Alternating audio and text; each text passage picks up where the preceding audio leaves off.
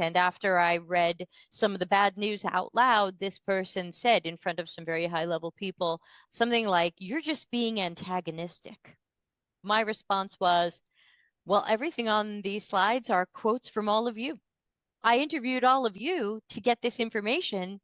So I'm not the antagonist. I'm the mirror.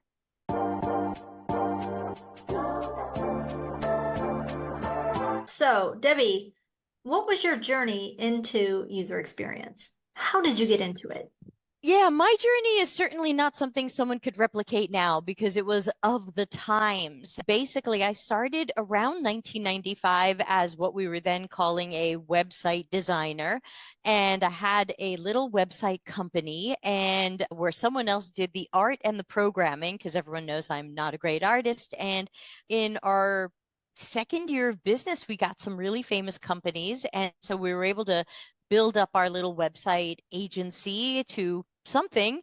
And eventually, about 10 years later, I started hearing more about UX and I hadn't known about it. And all of a sudden, I was like, wait, there's a name for these things that I'm doing. And it was one of those things where I was just kind of self-taught along the way. And then I found out that there was a formalized thing. And so some things I was already doing pretty well and some things I was not doing well and had to learn a little bit better.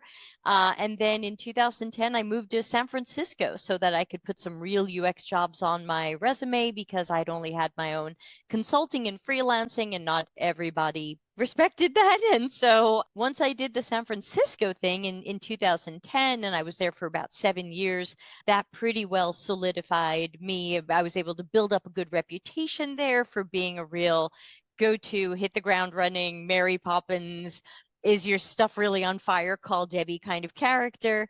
And then since then, obviously UX and things have evolved, which I think we'll be talking about, but that was how I kind of got into it.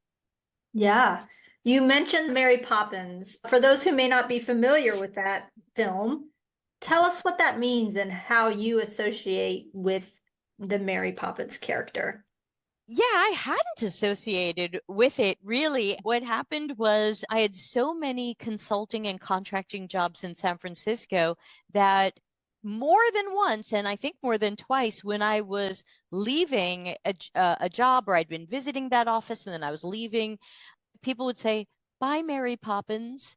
I think that for people who have seen the original Mary Poppins movie, she shows up because somebody needs something fixed and she figures out what's going wrong and she kicks some butt and whips people into shape and and the medicine has to go down whether you like it or not and sings a bunch of songs and literally flies away. It's a flying character. And so it was kind of funny that people were calling me that. And so I just figured, I guess I'll adopt that as a name since most people would have a positive association with her and the Disney movie. Yeah, for sure. I love that. I forgot about that song, a spoonful of sugar makes the medicine go down. Can you say that you have provided that sugar to help that medicine go down? I am not always the most sugar-coated person. I remember going into a consulting job a couple of years ago, and I was answering to a C-level person who was hoping I was going to diagnose and fix the evils. And when I started getting a sense of what some of the evils were, I went back to that C-level person and I said, "Can I name names?" And she said, "We all know who you're talking about. You might as well." Can I be blunt in this? To me, the amount of sugar I have to put on something relates to the people around me. If they're saying, "No, we really need to hear this, please just go there," I will present it professionally and intelligently, not in a picking on people or accusatory way, but because I still come from a family of lawyers, I have to make a good argument. It has to be professional, but I'm not afraid to say the things. And not packaging it up in a compliment sandwich.